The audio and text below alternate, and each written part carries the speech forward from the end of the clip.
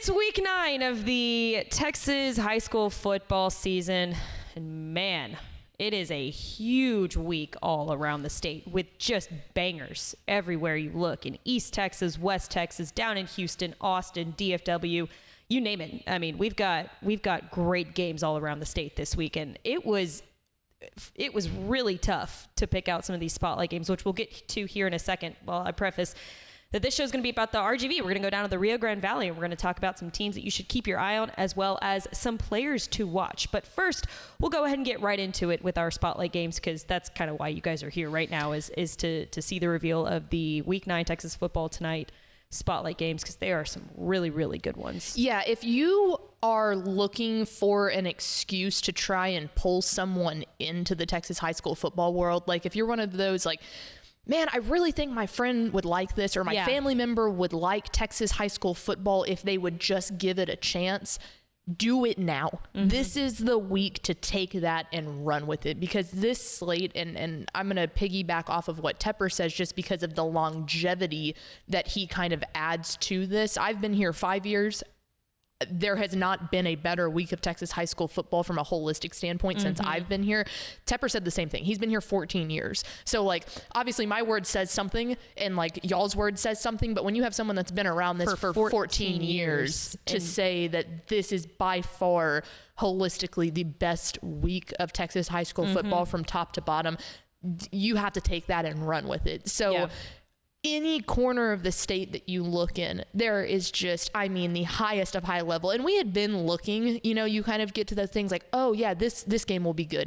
This game will be good. Some of them are surprising because you think, I know I didn't necessarily expect these two teams to be as good, and now here they are. But a lot of these are ones that you can look at the beginning of the season and go, oh, that's the one that you have circled. And we kept circling and circling and circling. And then all of a sudden it was like, oh, those are all week 9. Those are all week 9. Yeah. And most of them are on TexanLive.com this week. Live on Dave Campbell's Makes Texan it even Live. better for us. So shall we get right into it? We shall. So we will start off with one in District 23 6A, the District of Doom, down there in the greater Houston area. It is number 2 Galena Park Northshore taking on number 4 Humble Atascocita. This is box office stuff.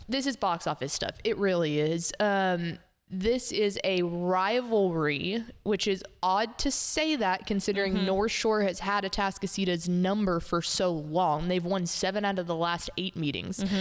Now, knocked them out of the playoffs the past 3 seasons. Exactly. They play in district, but then they also, the past few years, have met up in that regional final round, and North Shore has had their number in both the regular season and the postseason. Could this be the year? That's what the question is. And we ask that question what feels like every year, but I would say that this year is the one that feels the most certain that if any Atascocita team is going to be able to take down the giant of North Shore, it would be this year. Their resume is outstanding. But if you would have asked me this last Thursday, I would have been like, oh, hammer the Atascocita button. They're absolutely getting it. Then they go out in a typical trap game against Kingwood that goes down to the literal wire. So we're sitting there. It's Texas Football Tonight last Friday. We're cruising through. This was not a spotlight game, obviously. No, absolutely we did not have this one. This was not a game that was circled on our radar. No, and so we're going. All of a sudden, Ish looks up at me and he goes, oh my God, Kingwood and Atascocita's tied at 21 at halftime. And it was like, what? So I was like, okay, let's dive into it. Atascocita hasn't waken up yet, you know. They're coming off a grueling schedule. Kingwood is good. You put Kingwood in any other district around the Houston area, and they would be fighting for first or second place probably. But they're in the District of Doom. And so it's like, okay, I start kind of hinting at Mallory. I'm like, hey, I know this is not on your radar, but Kingwood and Atascocita, maybe we dive into it in the third quarter, but before Atascocita inevitably gets going and they break away. And then it was like, oh, good first half, Kingwood. Then you got Atascocita. That is so not what happened. We ended up sticking with that game until the very end because Atascocita had to pull something out of their butts to beat Kingwood. The final score was 42-41. It literally came down to the last point. Like, it was that close. Insane. So you asked me prior to, Friday, I would have said, oh yeah, they had their fits with Summer Creek. They had to kind of pull that one out as well, where they got up 21 or 30 something to 7 at halftime. Was like, they let them come back. Right. Let them come back. And Summer Creek's a good team. I think they're better than Kingwood. Oh yeah, by far. So now in the last, count that, 6 quarters of football, I'm a little bit more concerned about Atascocita going up against Northshore. I'm not concerned about Atascocita. Let's make that very clear. But going up against Northshore, I think it's going to come down to, can the Atascocita defense keep up with Northshore's explosive playmakers? Offense. Yes. We know for a fact that they can neutralize a threat. But the last 6 quarters have been a little sus when it's come to that. So that's where my eyes go in this one, is Atascocita's defense. Are they up to the challenge? Because they can get breakaway speed. And I think that's the thing, is Atascocita's defense hasn't had to be super good because they've been able to just run over people. They've been able to rely a lot on Carde Mack, and then Tory Blaylock has absolutely put this team on his back the past couple of weeks. Yeah.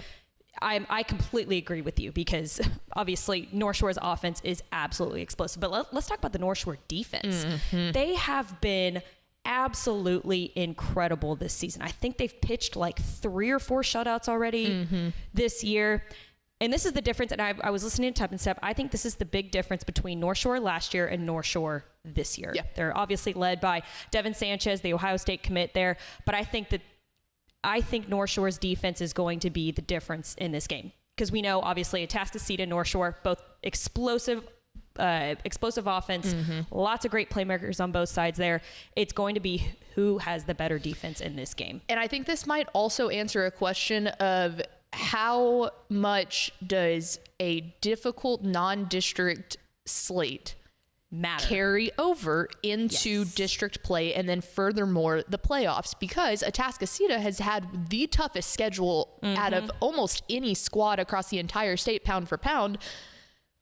North Shore has not really been tested. They had the weird game against Crowley. Okay, it's a 5-hour drive on the road early on in the season. They look sluggish. Devin Sanchez didn't have a great game. Not Devin Sanchez, Caleb Bailey, thank you. Didn't have a very good game. So we haven't really seen North Shore be tested. Is Atascocita potentially out of gas because they've played so many hard teams? Is that where the defense is starting to lack? Or is North Shore primed and ready? Or are they going to get socked in the mouth for realistically the first time and be like, oh my goodness, okay, hello, we're waking up. Anyway, fascinating game. Very fascinating. More so than almost ever in a game that we always consider fascinating. Yes. Excited to see that one. So that's the big one down in the Houston area. Let's talk about the matchup that makes my 3A heart so stinking happy. Columbus Hitchcock, box office stuff. Another box office game. Box office stuff. This is probably going to be for sure in the regular season, the best 3A game that you're going to find. Absolutely. This entire season. Absolutely.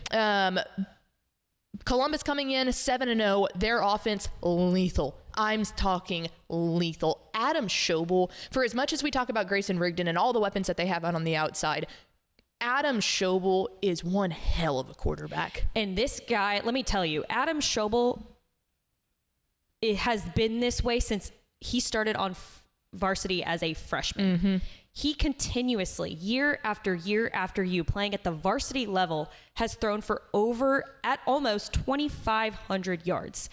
He makes plays that I have not seen at the high school level. I mean, this dude is playing already at the college level, but he's making NFL type plays there with his arm there. He is absolutely incredible. Like you said, Grayson Rigdon, obviously your eyes are going to go to that, but this offense is just explosive. Yep. And I mean, they're literally the number 1 offense in the state of Texas out of any classification. Yes. They're averaging like 55.7 points per game. Points per game. It's incredible. That being said, their defense is giving up about 26 points per game. Now, naturally, when you are in one of those offenses that you are quick, it's explosive, you're going to give up a little bit more points. It's a bend don't break defense. Exactly.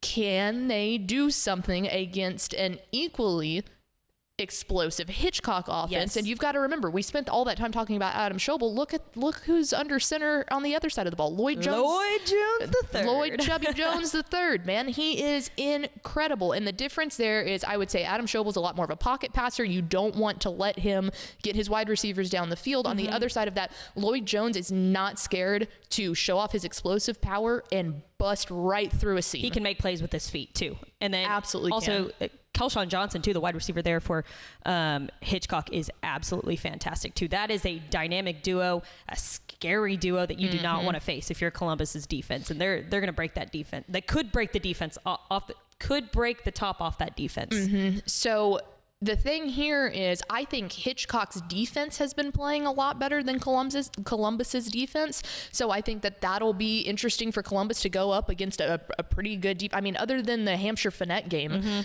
they gave up 48 points, they scored 71 points. Other than that, I mean, in the last 4 games, they've had 7, 14, and 10, and then 2 shutouts back to back. They're operating. So that'll be a punch in the face for Columbus. But I think where it comes down to, and the difference is, if you have not seen this Columbus offensive line play, you are missing out. It is big nasties. They are mauling over people in the 3A ranks. And I think that might be the difference here.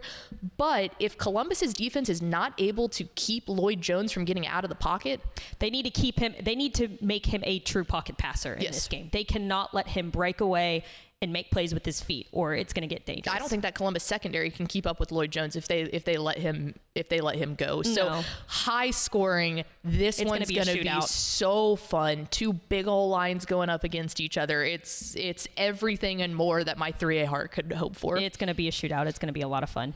Moving down now to a game that you might have kind of gotten lost in the rough here. We go to District 22 6A down in the greater Houston area. Pearland and Shadow Creek. I like it. An interesting stylistic clash in this one. Pearland wants to run the football down your throat. They are going to just round and pound, baby, hit you and keep running. There's no stopping them when it comes to the run. Has been fantastic at running insane. back. Yeah, so good. Shadow Creek on the other side wants to get this one high flying and sailing. Okay, Shadow Creek has all of the normal folks that we've gotten used to talking about on the outside, and then obviously at pocket. Corey Watson is incredible. Yep, Baylor commit. He's box office. Incredible. So defensively, these 2 defensive coordinators are walking into this with 2 totally separate game plans. Shadow Creek's defensive line is going to have to be on point if they want to stop this. I'm a little concerned about that secondary being able to stop the rushing attack. I think they do really well going up against an equally high-flying offense.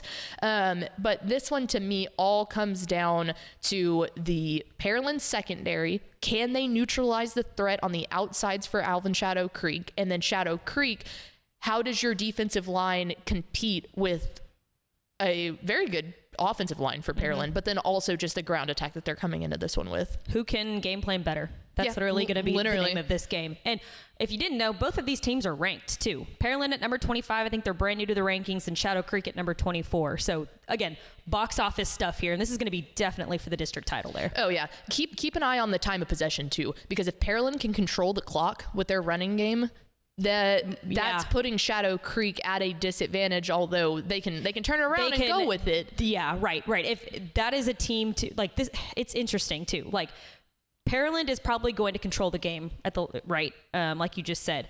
Shadow Creek can also score very quickly. Yes. So that's going to be interesting to watch too. It's going to come down to those 1 to 2 key stops there for the Pearland defense if they're going to want to pull this one out. But district title on the line, playoff seeding on the line. That's huge.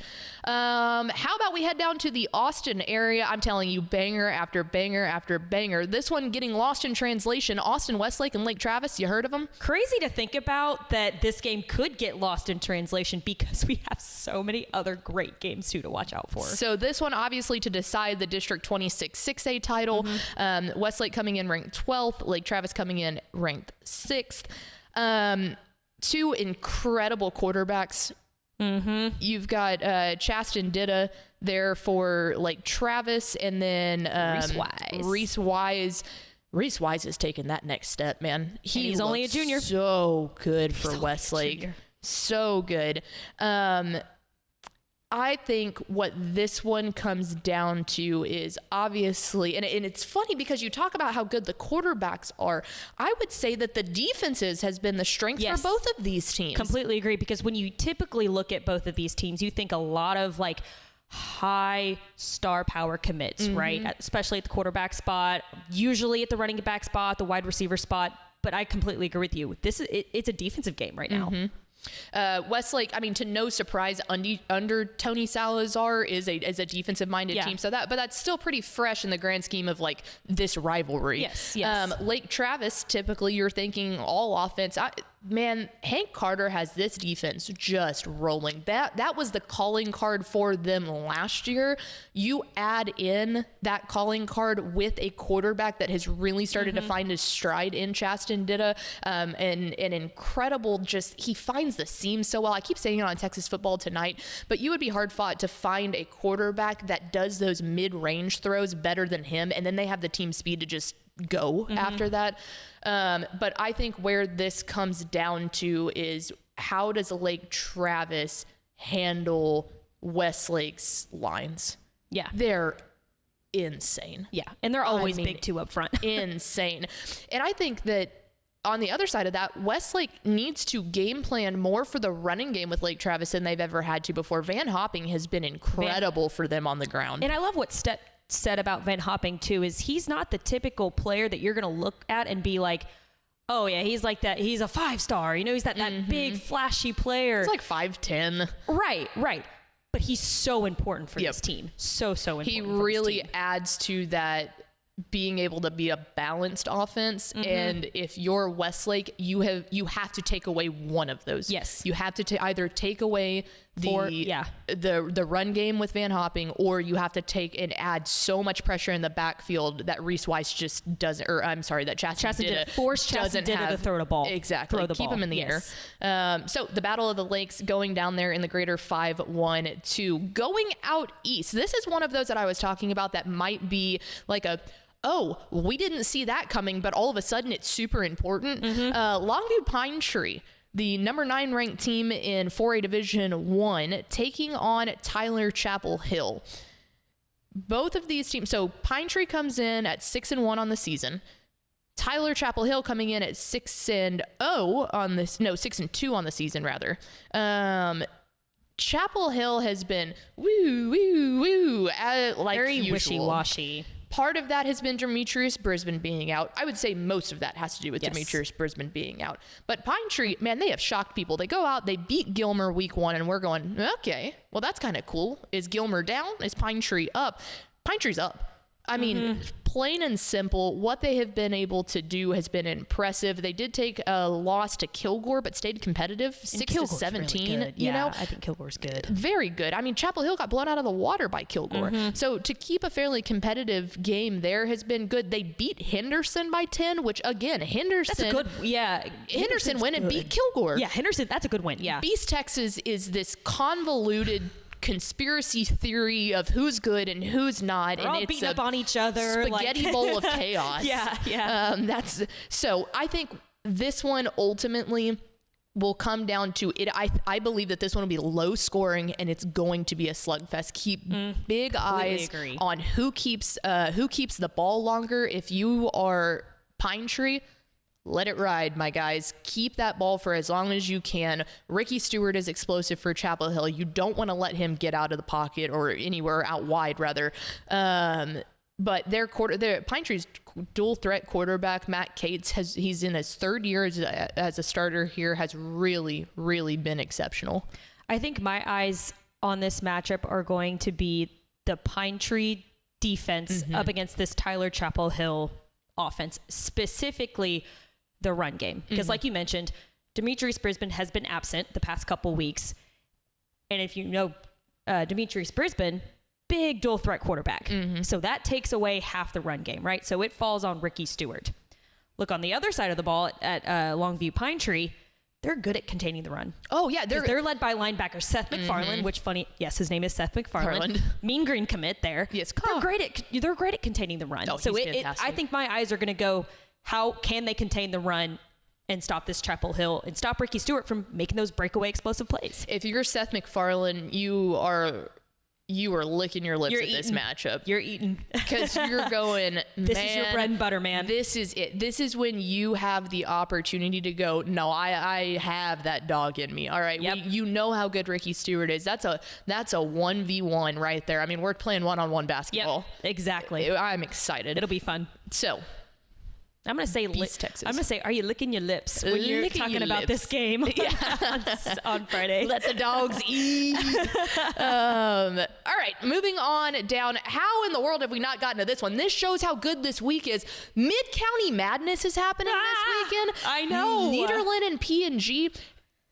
And yes, P&G has forever. Nederland was dominating P&G. Jeff Joseph comes into play.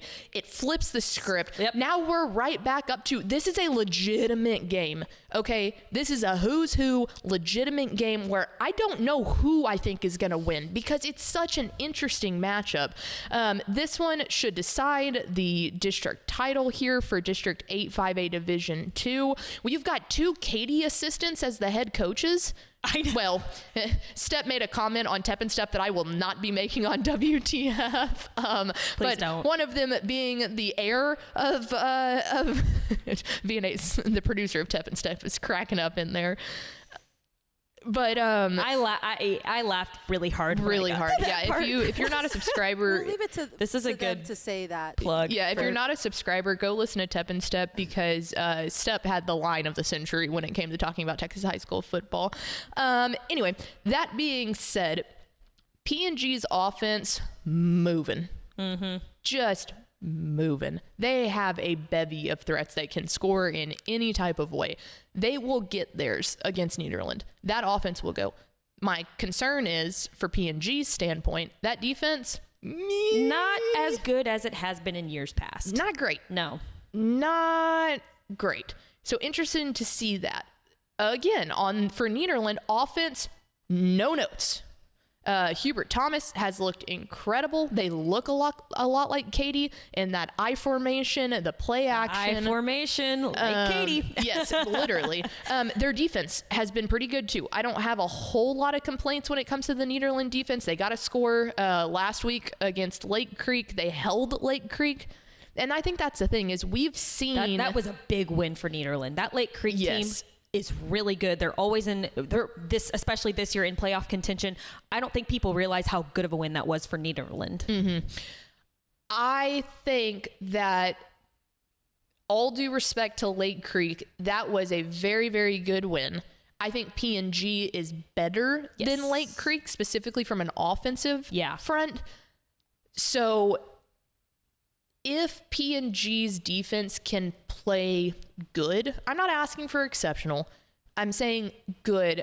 I think P&G has the nod in this one, but I would not be surprised at all if Nederland pulls this out because their defense really is good. I think their defense is much better. I just don't think they have the offensive firepower to counteract just how explosive P&G is. And this is Mid-County Madness.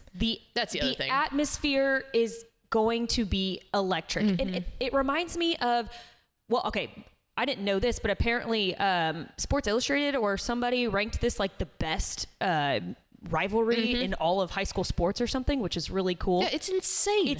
I've never been, but I want to go so badly. That's a bucket list thing. This is a bucket list thing for me too. This feels like, to me, it's kind of like an Oklahoma, Texas, Michigan, Michigan State. No matter how good or how bad either team is, it can go either way. Yeah, you know, 100%. It's going to be close. Where I give P&G the edge, they know how to play in big, experienced spotlight games. Yeah. Obviously, state championship in recent history. I give them a little bit of the edge on that front. Yeah. No, I agree. I think that they're a little bit more experienced on that big stage. And here's the other thing. Remember the fact that Jeff Joseph is 12-0 in one-score games, okay? If it is a one-score game, this man doesn't lose. Now, do you balance that with the rivalry could take care of that and make it wild, or does the streak continue? I'm not betting against Jeff Joseph when it comes to one-score games, and this to me feels like it's got one-score game written all over it. Yeah, over it. You don't bet against a streak either. No.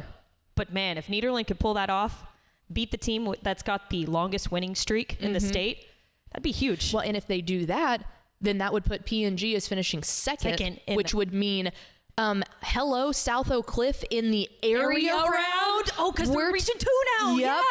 Yeah. We're putting together the two teams that have played each other in the state championships and saying, oh, hey, what if we do this in the area round? Dude. UIL realignment, man, it comes to get you. And it's times really like does. that's why we love realignment so much. So anyway, there you go. That was worth 30 minutes. I'm sorry, it was. It absolutely was. An incredible week of Texas high school football. If you're looking for a reason to bring someone in and show them why we love this sport so much, this is the week to do it. Dave Campbell's Texan Live has all of those games plus a whole bevy of them that we didn't even mention. Oh, I can mention them. Go for it. Okay, so we've got obviously our spotlight games. Barbers Hill and Galveston Ball. Incredible. Great district matchup there. West Orange Stark and Silsbee, also on Texan Live. Let's talk about Louisville Hebron, Cedar Hill DeSoto.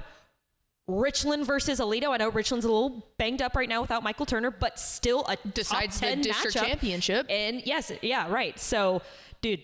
Well, maybe Denton Ryan, but Denton Ryan's in there as well too. But it's still a top 10 matchup in the state. You know, TexanLive.com/subscribe. You got to go. And this the is the week best to do part it. is if you subscribe right now, you get all of this week's game. You get a full year of all this content, and don't wait until the playoffs to subscribe because you're missing out on weeks like this. Hit that subscribe button, TexanLive.com/subscribe. Get this the next 2 weeks of the season, which week 11 is always so fun. So fun. It really You don't is. want to miss out on all that action, and then you get all of the playoff games that your heart has to handle. So anyway, I am stinking amped up and hope that you'll join us at 7:30 p.m. for Dave Campbell's Texas Football tonight. We'll take you through all of those. I mean, this is about to be wild ass, to put it lightly. Man, I'm going to be screaming in your ear all night as your I know. producer. And I'm going to be like, whoa, PNG, Texas high school football. Netherland. Like, it's going to be, it's going to be fantastic. So we're hyped up. We're hyped up. 7:30 p.m. Friday night. Join us for week 9 of Texas football tonight.